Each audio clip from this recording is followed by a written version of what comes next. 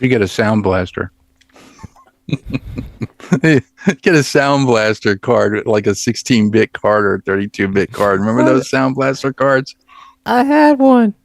I had one. Yeah. Matter Sound of fact, Blaster was awesome matter of until they fact, started integrating it onto the motherboard, and I was like, yeah, okay. I had a 16. I had a Sound Blaster 16. and, Okay. and that was one where I mean it was all right. Sometimes to set up, it can be a pain. Yeah. Especially when you know that it's supposed to play through, and it's not, and you got to When get. you had a customer who had Windows 3.11 and we were on Windows 95. Oh And, yeah, but I want to play this music. You're not going to do it. said No, not on that one. no, no. Not there, not now. Maybe you upgrade your stuff.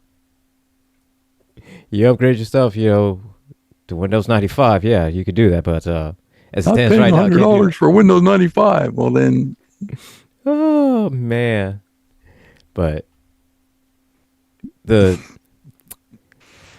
the inconvenience of convenience. I'll put it like that because yeah, solve the audio problem. Well, the problem is that it is solved 100% of the audio problem. your bit rates also come into play as well. Your sampling bit rate. Yeah. When you're going to do sampling bit rates, because I found that out with the butt system. The butt system you can change. You could change the audio sampling bit rate, and then you can also you can change the streaming on it. You can actually put streaming. If you put streaming in it, it optimizes all those settings for streaming. And I was like, oh, I never saw that. Okay.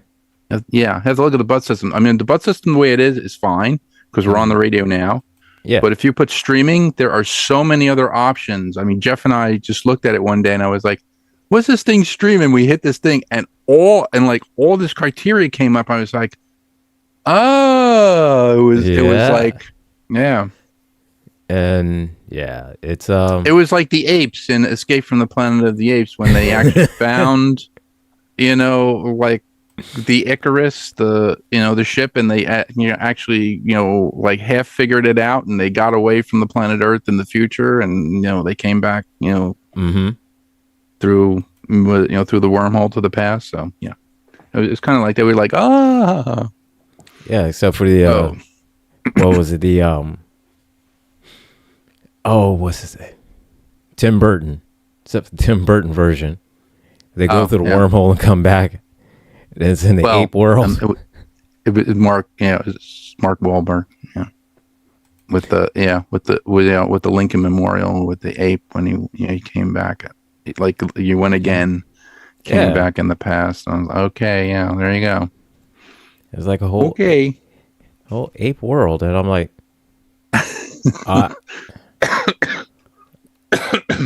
how does that work? Like you came from. Well, if you looked at, you go through and you go to the ape world and you come back to the ape world. It's like, wait, what? It's basically our world, but you're actually traveling it in different time. I guess in different time slips, but in the original Planet of the Apes, Charlton Heston is sitting on the bridge before he goes into hypersleep, and he talks about the Hessline curve. So the Hessline curve is Dr. Hessline from Escape from the Planet of the Apes. It's actually played by Eric Braeden, who also plays in Colossus: The Forbidden Project, but he plays Dr. Hessline. And Dr. Hessline's theory was that any spaceship traveling at the speed of light would appear to be going backwards in time, I think it was. So they, I mean, that that but Charlton Heston basically, as Taylor, he with it. He talks about Hessline. He's like, well, if Dr. Hessline is correct, like correct and all this other stuff. So they have like the actual Earth time on Earth, and then the actual time in space that they are.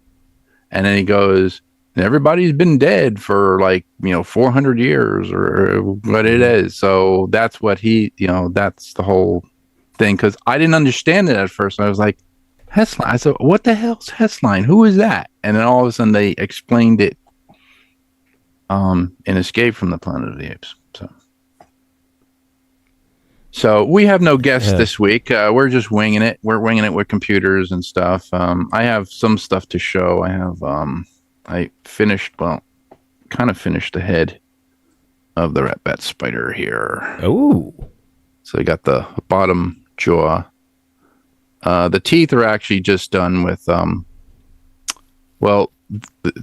teeth on the bottom jaw were molded, but the teeth on the top portion, I had glued those in. This was actually the mold master. So this is the one. So I sculpted this out of clay, and then I basically casted it. So so I have I can't show you the mold for the body because it's huge. It's about 8 inches long, about 5 inches high, about maybe 6 inches wide. But so it took a gallon and a half of mold rubber in order to make that mold. I will be showing those molds. I have some molds. I have two molds. This is the back half of the kryptonite mold. All right. That I'm going to do. That I'm going to do. And this is it's a new mold rubber I've been using. It's on Amazon. It's available from Amazon. It's called BB Dino. I don't know why they call it BB Dino, but they call it BB Dino. So this is the back half, and then all right, this mold is the front half. And I can't show you the positives because I haven't done them yet. And anything that I've done, everybody has them. I don't have any mold positives anymore. So I had sculpted those in 1996. I did that, and then the molds start to degrade after you do it. But with the new mold rubbers and the new resins coming out, you can extend the life of those models. So have you been working on anything with 3D or? Look here, man. I know you have a 3D printer. I know you've been working. So all this week, because I have three different Windows machines that I use for 3D printing and animation. So throughout this whole week, I've been upgrading all three of these computers. Windows 11. That's what you. So one doesn't want to cooperate. One of them refuses to cooperate. Okay. I've been racking my brains on that one. And then that plus the fact is that there's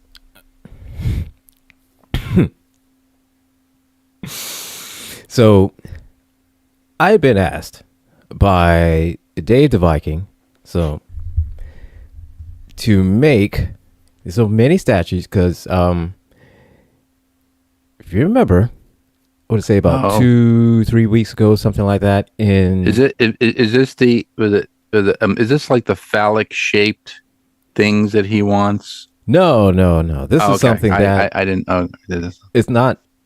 It's a little bit better. It's not a phallic shape anything. So not by much. It's a little bit better. It's better. It's better. I mean,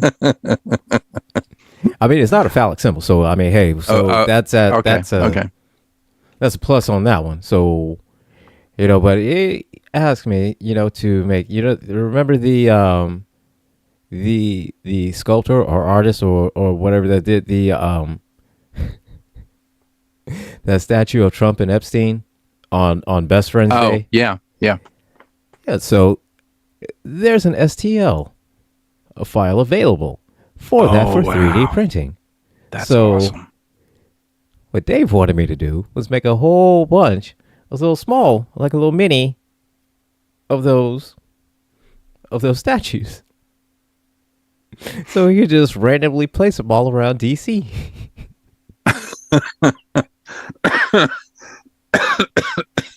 That's funny.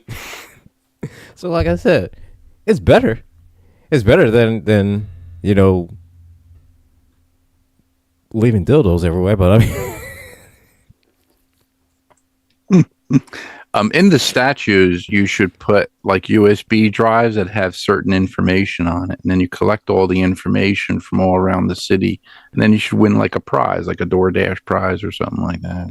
oh yeah, that's totally not suspicious at all. Just leave my whole USB drives all over DC with.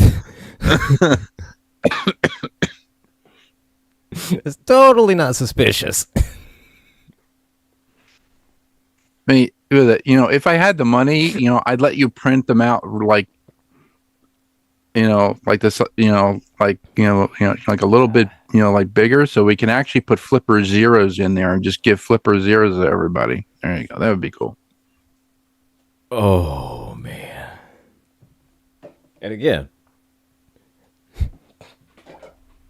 totally not suspicious at all.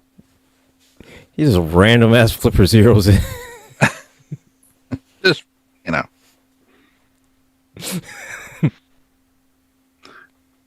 I saw the video of the guy with the flipper zero where he went to he went to Sonic and he was in line with his car.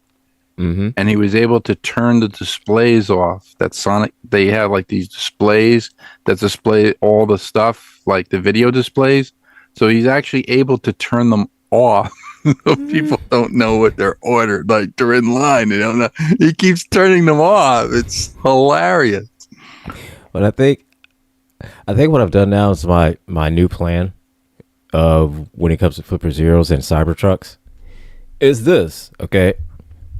Because originally my plan was to make it to, hack a Cybertruck and to where the person cannot roll their windows, down, up or down. And I just mess with, the heat and AC, stuff like that. Mm-hmm. However, I think my plan is adjusted now to where I'm going to a flipper zero and a whole shit ton of toothpicks. Okay, so I roll the window down on the Cybertruck and I just throw toothpicks right through. Okay. And here's why. What will end up happening is the person will pick up the toothpicks and will inevitably either A, don't care about a couple of them that are on the floor, or B, miss a couple of them that are on the floor. That's what I'm counting on. Because then something triggers in the Cybertruck in which the operating system sees this toothpick, analyzes it, and declares it as a foreign object. And because it's a foreign object, it completely shuts the Cybertruck down. And the only way you could get it back online is if you have to take it to a Tesla dealership and pay for them to reset the operating system. Even after you get the toothpick out. Wow. You have to go there. And it costs at least like another couple grand in order for them to do that.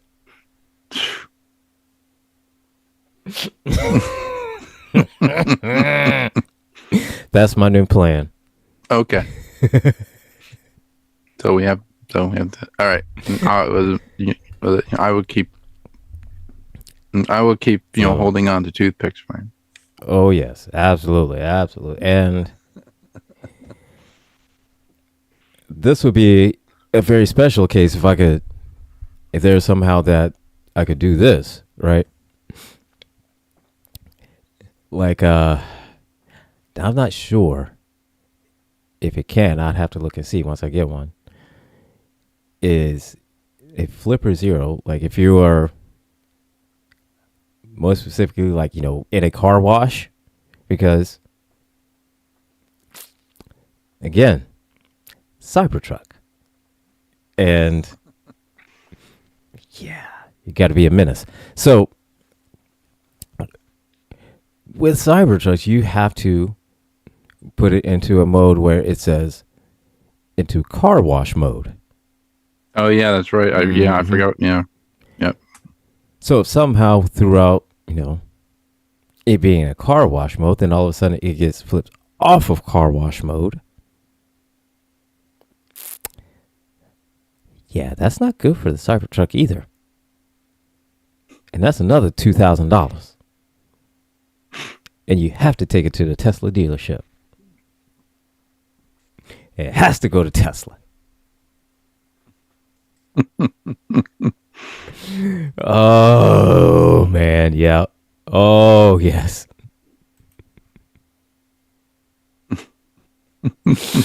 Oh, my goodness. Yes, I'm going to be a menace when I get one. And I'm going to 3D print a whole bunch of little, the best friend statues of Trump and Epstein, and just I'll toss those in as well, into Cybertrucks. Roll down the windows and just toss them in there. Or or when the person is not looking, use some sort of like an industrial glue to just glue it to the roof. I could do that too. The possibilities of pettiness are endless when it comes to this. When it comes to modeling,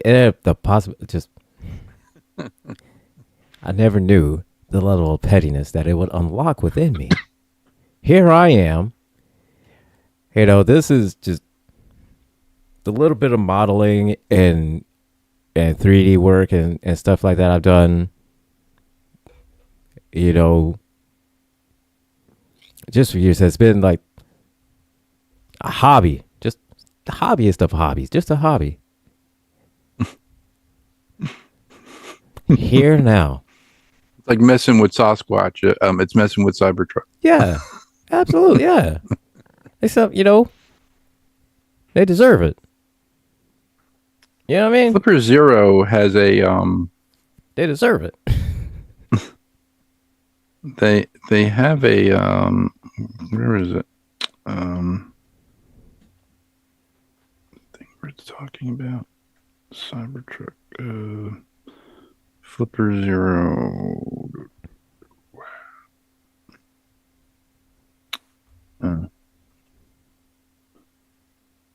So they have a new development board for Flipper Zero. It's called Evil Portal. An Evil Portal app for the Flipper Zero and a Wi-Fi developer board. An evil captive portal Wi-Fi access point using Flipper Zero and a Wi-Fi dev board. The project will turn your Wi-Fi dev board into an open access point. When users try to connect to this access point, they'll be served a fake login screen. User credentials are sent to the Flipper and logged on the SD card. Mm-hmm. So you can actually create your own portal. So say like you're in, like a Starbucks or something like that. Right. You can basically spoof the Starbucks screen. Uh-huh. And then when people are logging into the Starbucks portal, they're actually logging into your portal. So yes, that's what I want. That's what I want. Install the pre-built app on Flipper. So they have an app. They have installing and flashing the Wi-Fi dev board.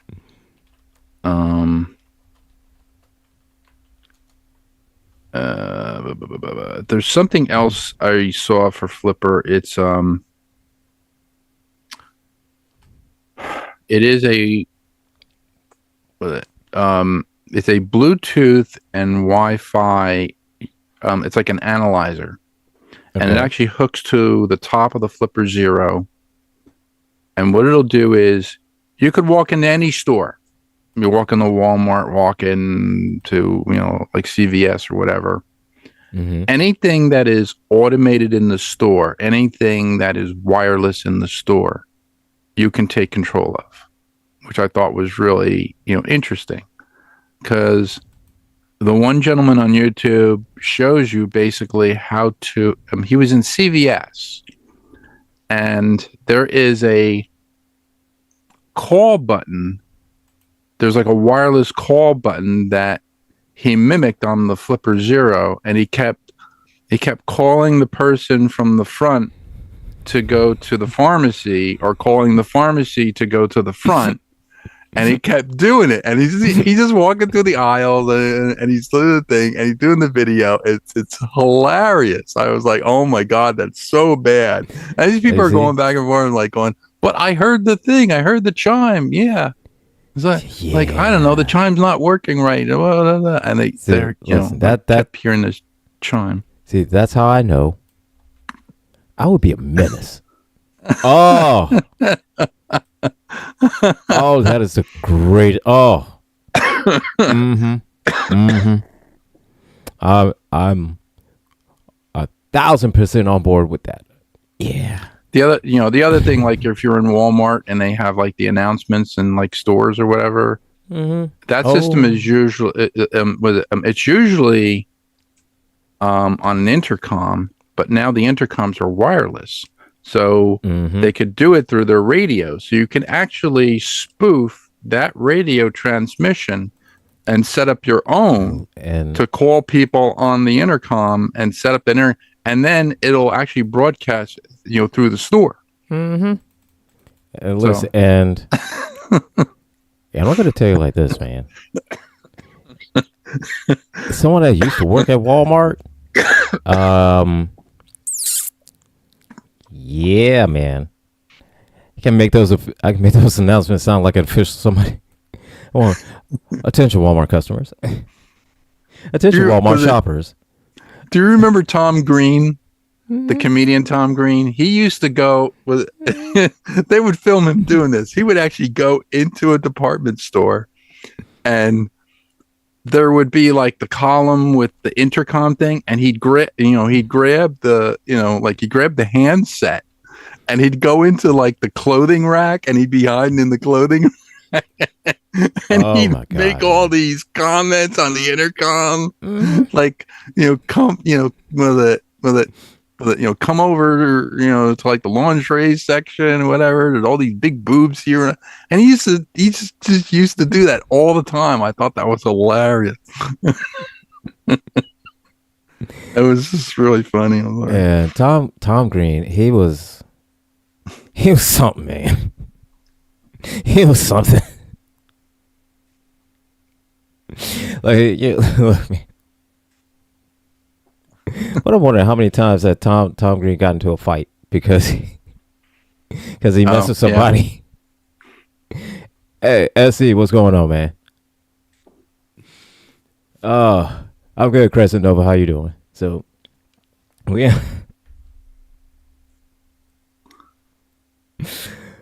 But man, dude. So everybody, we just out just shooting shit right now. Because we can. And we're adults. We could do that. But this is Model Citizen. So we're in the middle of Model Citizen. So we're in the middle of Model Citizen, yeah. Yeah. I'm sorry we have no guest for this week. I'm trying we might have Eric Chu on. I'm gonna try to get him on maybe next week. I'm trying to get James Cawley on. He doesn't. He's very, very busy with the Star Trek set tours. But James, I believe, is in the UK. He is on assignment. He's in the UK with his family. He's doing a UK thing. So cool. Yeah. Cool, man. So. So So, and assume, man, as soon as I get this one, no, I'm not even gonna say as soon as I get this one sister because that is gonna. I'll say that, and then I'll get distracted, and I'm not gonna do anything, and I'll have these STLs that I have that I want to keep, that I want to print out, you know.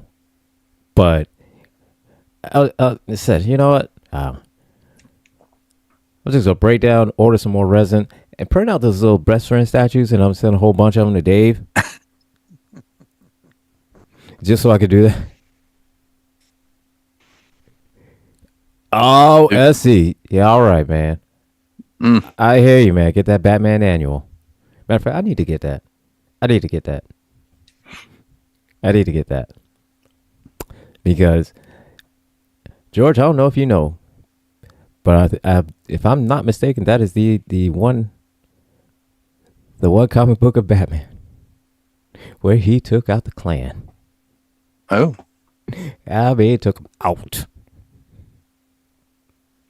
I know he had a new he had like a new truck. I remember that.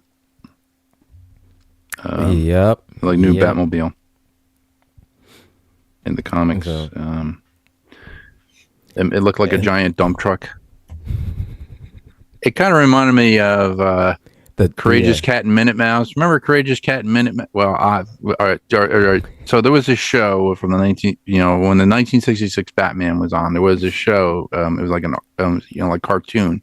It's called Courageous Cat and Minute Mouse, and they had this thing called the Catmobile. It looked like a big, it looked like a Batmobile, but it had a big cat head on it. Mhm. And when I saw that thing, when I saw the truck, I can't think of the name of the. I know it was a Batman comic, but it was one of the newer ones that came out 2024, I think it was, Okay. where he had this huge truck. It kind of looks like it was like a two. It was like two tiers. It was like two floors. It was this huge truck in the comic, but the front of it looks like a bat head, like a battering ram, but it looked like the Courageous Cat and Minute Mouse car. If you ever looked at it, I'm like going, hey, it looks like the Courageous Cat and Minute Mouse car. Okay. It's really weird looking, but yeah. That's all right.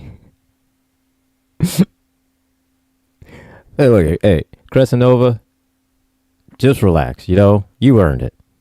You earned it. Now, what the hell is going on with my camera? Because now oh, God damn it. It's Windows 11. I know, right? I know, right? I don't know what it is. It 10 is stable. Windows 11 is, okay. I don't know, but see, the thing is, man, and I know it's going to end up happening. It's going to end up happening because it's starting.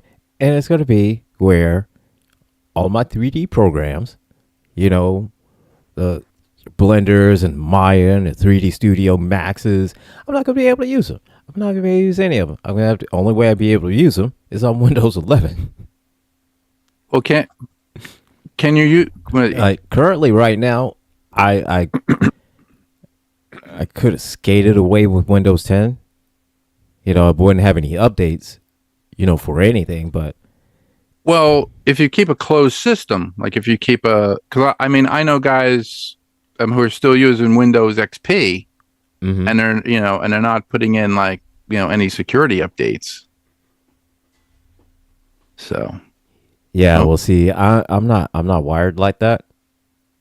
I know, yeah, I know. You have to keep. Yes, I know you have to keep up to date with the current. Yeah, because look here, man, I can't be raw dogging the internet like that. You know what I mean? I can't do that. I can't be raw dogging the internet. Have you tried putting Zorin, the Zorin operating system onto a Windows PC? That's actually pretty good. That's free. I grabbed that. That's Linux. Yeah, Um, I may try that because I have this It was extra. supposed- I have an extra motherboard here that, quite frankly, if I get a case and a few other parts to it, then yeah, I Yeah, just have a whole new whole another the Zorin computer. operating system is 64-bit, but it's I think it should work with most of the STL thing. It kind of has a Play Store, I believe, on it. So anything that's on the Google Play Store, you should be able to download. I have it on my shop computer downstairs in the basement. It will integrate with Zoom, Okay. but the computer I have it on, it's like one of the very first Core i5s, like the old Dells, and I'm like, it works, but it's like so slow. It's like that Windows 311 when you click the mouse and you waited 5 minutes for the icon to go, and then it goes. That's how it is. It's very slow. And I'm like, yeah, I have to get something I have to get something a little bit faster, man. I'm thinking of, well, I want to like the little mini PCs might be pretty cool to have, like those $300 ones on Amazon. They're not bad. They're not bad. Yeah. The Mac that I have, it's a mini. It's a little Mac mini computer, and it's not bad. Works great. I mean, and it's compatible with it has the latest OS, which is like what? Maverick? No, not Maverick. Yosemite, Sierra, High Sierra. That's it. High Sierra. Yep. Yeah. High Sierra. And I remember trying to put High Sierra onto Jeff's Mac. Oh my God, that was bad with with the compatibility thing. Oh man. Yeah. It is a pain in the ass. If the architecture was all Mac, I think it would have worked. But it was Windows architecture with a Windows processor in a Mac, and I was like, "There's no way this is going to work." And it goes, "No, just I got." I like, I said the operating system part might work, but not the devices. Devices are going to be very temperamental, and they were. Yeah. All the devices were Mac, but the processor and basically the architecture was like Intel. So it was an Intel chip on a Mac, and I was like, I don't know. It's not. I'm like, I don't know. Here's the thing, and the Intel chips and motherboard process that will work, but it has to be a very specific kind of motherboard, a very specific kind of Intel chip. Like, it just can't be any regular i7 or a regular i5 or anything like that. It has to be a very specific type, a very specific model of Intel chip, and same with the motherboard. Very specific type, very specific model, and so many other lists of other things. It has to be a very, very specific. Yeah. In order for the operating system for a Mac operating system to run, devices to look be recognized and whatnot. Yeah.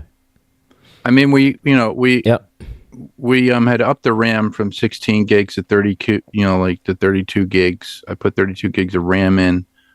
The only thing that basically hampered us was the hard drive. The hard drive was a PATA. It should have been like an SSD. And they said if you had an SSD, it would have run really, really fast. I'm like going, oh, so it would have crashed a lot faster instead of crashing a lot slower the way it did, because it didn't recognize the camera. It didn't recognize the sound card. Sometimes it didn't even recognize the keyboard because the keyboard was Bluetooth.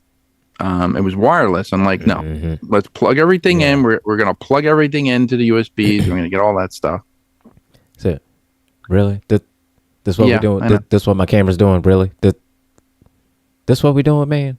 I'm talking to my camera right now. Anybody say that? I'm talking to my camera. Is your camera? Is it integrated?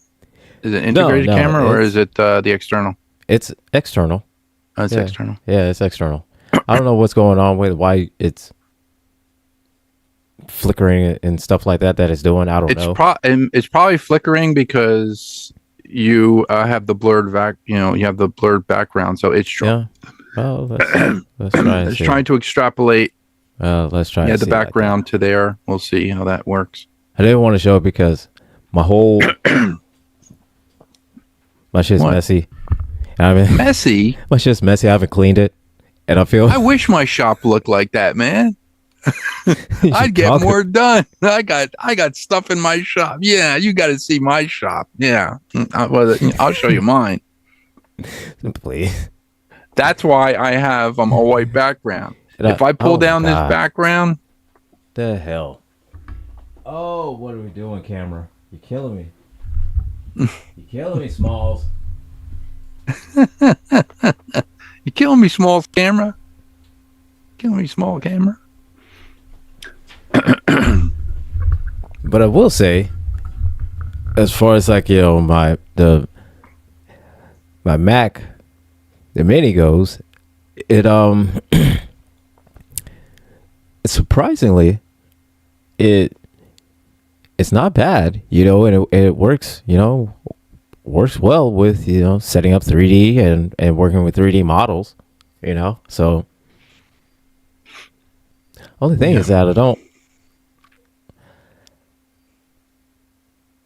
I don't have a. See, within Windows, there's a little small 3D program that's called 3D Builder, and Okay. lets you just make little quick 3D shapes, and you don't have to go through a whole thing with Maya or with 3ds Max or Blender or anything like that. Just real quick, just simple shapes, and that's great, and I love it. Works out great. Boom. Mac, I haven't seen has anything similar to it. It may, but I haven't seen anything yet. Yeah. So that was the only kind of drawback to it. I mean, but otherwise, I can work with everything else. It's just I was on a it's just waiting. It's I was on a Zoom this past week with Steve Neal. It's Steve Neal's Maker Zoom. I'm gonna have to get your email address. We'll put you on the Zoom as well. We had Lou Damaso on. You had Steve Neal. We had John McCallum on, and John was just explaining. He goes, I hate Blender. I'm like, oh. He goes, it's so expensive. He said, I think at the time it was $7,000. And now you have to pay, and now you have to pay monthly for it. I was like, so what do you use? He goes, I use Lightwave. So he was using Lightwave, which is this old program from the old Amiga days. Yeah. He uses Lightwave to create complex polygons, and then he can actually convert those into STLs. Files. So he's basically using a special effects program that was used for Sequest DSV. And some other shows, and making those complex shapes, and then just converting them to STL. And I was like, oh, and he said, yeah, and he he prints a lot of FDM stuff, so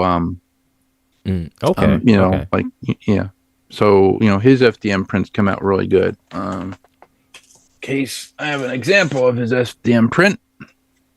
The Invader's gun. So all this was done in Lightwave.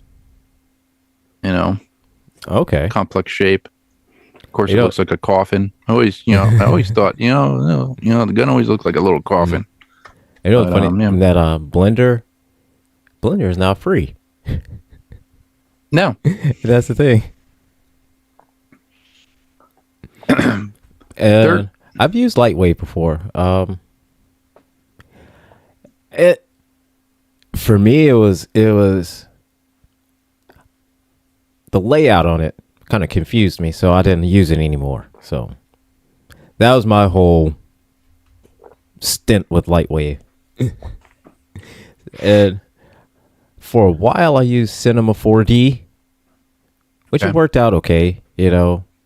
in which now it's just instead of now it's not its own program now. It's now a render encoding setting. Oh, So use other 3D programs, but you can render it out in Cinema 4D, which is it's fine. Still same quality, great quality, but just not through Cinema 4D. yeah. I haven't used any of these programs. I used a little bit of Lightwave back in the day, back in the 80s. No, in the 90s. Sorry, in the 90s, and I use it on the Amiga 3000, Amiga 4000 to do special intros. That's what I used to do when I did video editing back in the day. And that was in the 90s when we were still using VHS tape.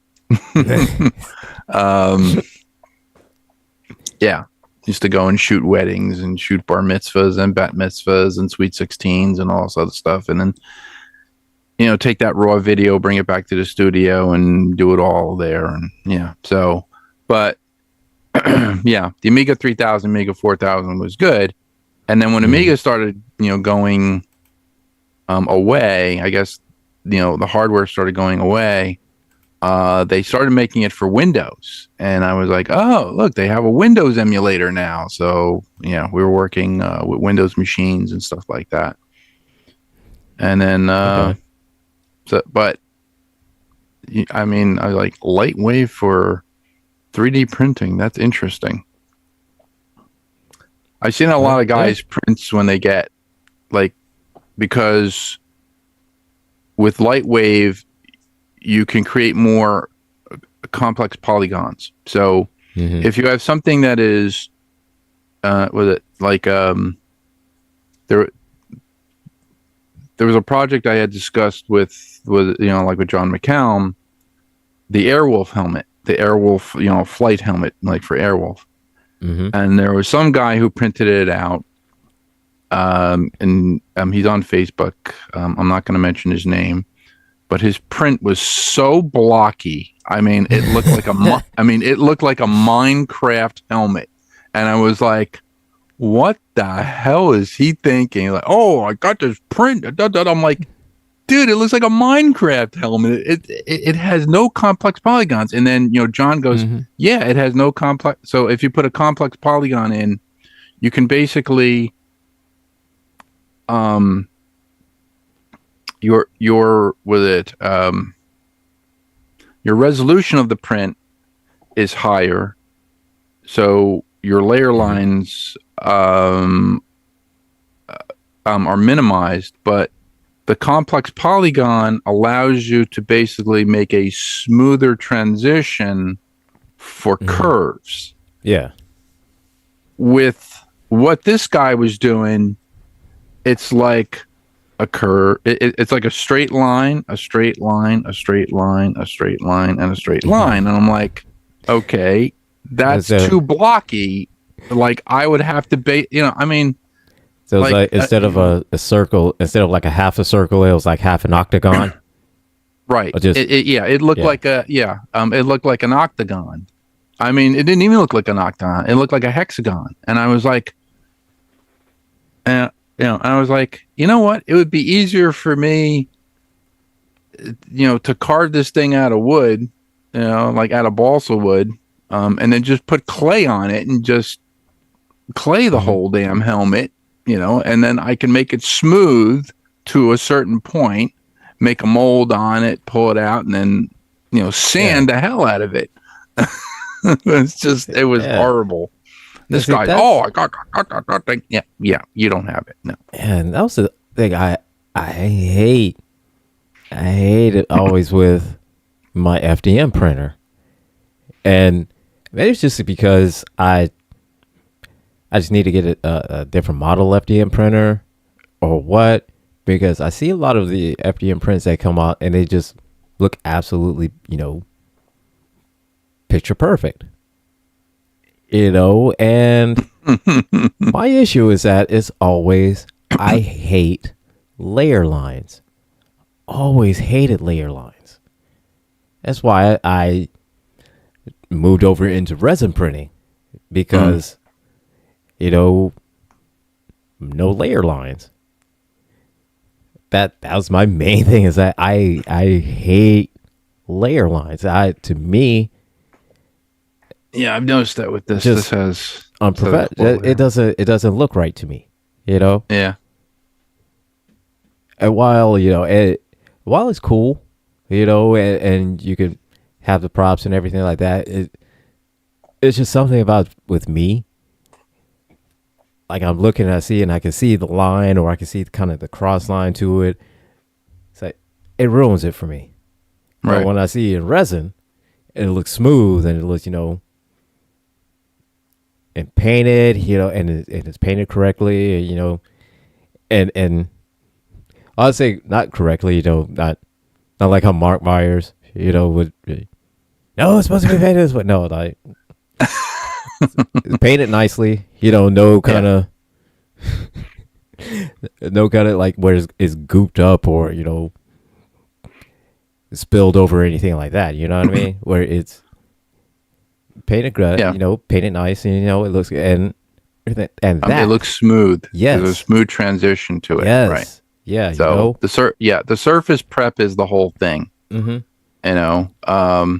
And I get I remember when guys were, like brushing on acetone after they were doing their 3D prints. They were, like brushing acetone on it to basically melt to melt the layer lines into a smoother transition. But some of those plastics, I think it was PETG. If you brush too much acetone onto it, you can actually melt the whole print. Yeah, Melt the whole absolutely, print. yeah. And that was the thing with the resin. Yeah. He said, the reason why there were no layer lines, and my understanding is that it melts the layer lines at the same time when it makes a new layer. Right. So that's why you don't see the layer lines, because it's It makes it's already melted it's already melted into it. The laser or the I think it was ultraviolet. UV. The ultraviolet laser would basically melt the previous line to, with the previous building line. up. So right. yeah, Yeah, So- I know. Fun. Well, it is 3:00. it's 3:00 and we have made it to the We end. had 15 minutes of audio problems. I'm very sorry about that. It is 3:00. I mean, if you want to go over by 15 minutes, we could do that if you want to, or we can end it here. Your camera's acting up. My camera's audio's acting still- up. Your camera's So- acting up, and you have to get going. Yeah, I know. Well, not only get going, but because I know my dog is a bully. Even though she's a Jack Russell. Even though my dog's a Jack Russell. He's a Jack Russell. I didn't know that. My dog, she's a Jack Russell. She's a bully. So, don't if anytime as anybody's ever seen a picture of my dog, don't let the cute face fool you or any kind of shit like that. No, don't let her fool you. She is a goddamn menace. I love her to death. She's a goddamn menace. I had a mix. I had a Shih Tzu Jack Russell mix. So I had the Shih Tzu face with the curly tail in the back, but the body was Jack Russell. And and Brutus had, well, actually Brutus was named at the shelter. We used to call him Brewy. He had energy. If I could have taken that energy and put it into my Jeep, man, I mean, I would have outpaced every single Cybertruck out there. He had energy, like you couldn't believe. That dog is a bouncer around. So Right? So this has been Model Citizen. I'm your host, George Dayer. I did not thank our sponsors, Tenant Controls, tenantcontrols.com, and AAA Hobbies in Magnolia, New Jersey. I did not thank them. I'm very sorry about that. We were having audio problems, or I was having audio problems. And Gilbert was having camera problems still. Still having camera issues. and trying to whip Windows 11 into shape. Yeah. So hopefully these audio problems will not happen tomorrow on Rules of Nerd Position. What is our subject for tomorrow? I don't know. I haven't figured out because we were talking about horror, but we have now gone into. I was kind of thinking, maybe because of, because we never talked about it, and we were talking about Marvel and DC was a Fantastic Four, a new Fantastic Four, and just kind of want to talk about Fantastic Four. I don't know Fantastic why. Four. Yeah. Okay. Yeah. Okay. Talk about all the newest one, all the way going back to the Roger Corman one in the 90s. If we do a show on Battlestar Galactica, I could probably try to get Eric Chu on, and then we can have Eric on, and then he can talk about how he designed, how he redesigned all the Cylons. Oh yeah, that would be great. Okay, that would be great. Yeah. Okay. But so Gambit, I don't know if Gambit is in here or not. I don't know if he was. He may. No, he's gone now. Well, I'll have to text him later. We're gonna talk Fantastic Four tomorrow. Okay, cool. I think so, cause yeah. All right. This has been Model Citizen. I'm your host, George Dayer. Very sorry about my audio problems in the beginning, and we didn't have a guest this week. We will try to hopefully have a guest next week. Thank you to my wonderful co-host, the angriest of IT nerds, Gilbert Floyd. And James is on assignment, Printmaster James, and he will hopefully be back next week. And hopefully we will have a guest next week. That would be really nice. So, hey, we will see you when we see you. Have a great afternoon. All right, everyone. Take care.